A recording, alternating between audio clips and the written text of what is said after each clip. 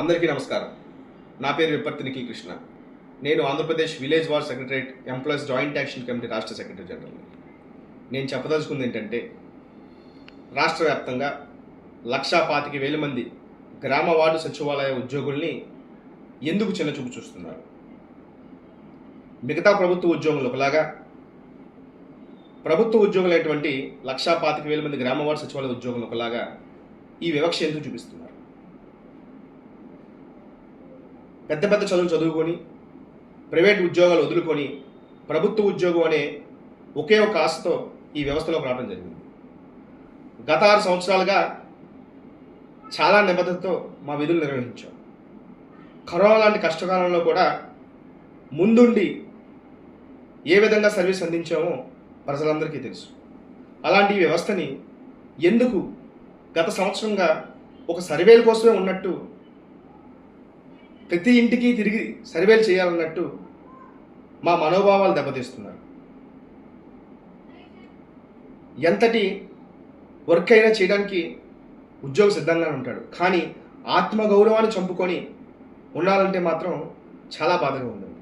ఇదే విషయం సెప్టెంబర్ 8వ తారీఖున గౌరవ డైరెక్టర్ గారికి కలిసి 2.5 గంటలు చర్చించినప్పుడు వారికి తెలియజేయడం, 15 రోజుల ముందస్తు నోటీస్ ఇవ్వడం జరిగింది.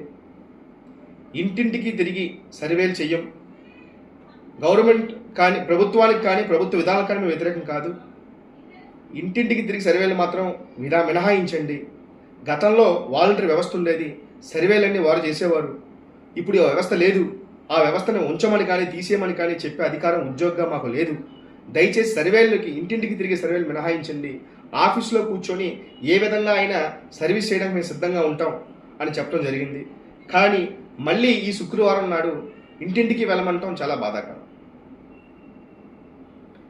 మా జాయింట్ యాక్షన్ కమిటీ తీసుకున్న నిర్ణయం ప్రకారం మేము మండలాల్లో యుఎల్బిలో గౌరవ ఎంపీడీఓలకి మున్సిపల్ కమిషనర్కి రిప్రజెంటేషన్ అందజేయమని చెప్పడం జరిగింది మా నోటీస్ని. కానీ కొన్ని చోట్ల నోటీస్ తీసుకోవడానికి కూడా వెనకడిగేస్తున్నారు. మా సమస్యని గుర్తించడానికే మీకు ఇబ్బందిగా ఉంటే మేము ఏ విధంగా గ్రౌండ్ లెవెల్లో మా బాధలను తీసుకోవడానికి మీరు ముందుకు రాకపోతే మేము ఎవరికి చెప్పుకోవాలి? ప్రభుత్వాన్ని మేము కోరేది ఒకటే, 15 రోజుల్లోగా మాతో చర్చలు జరిపి మేము అడిగిన దానికి మీరు సానుకూలంగా స్పందిస్తారని ఆశిస్తున్నాం.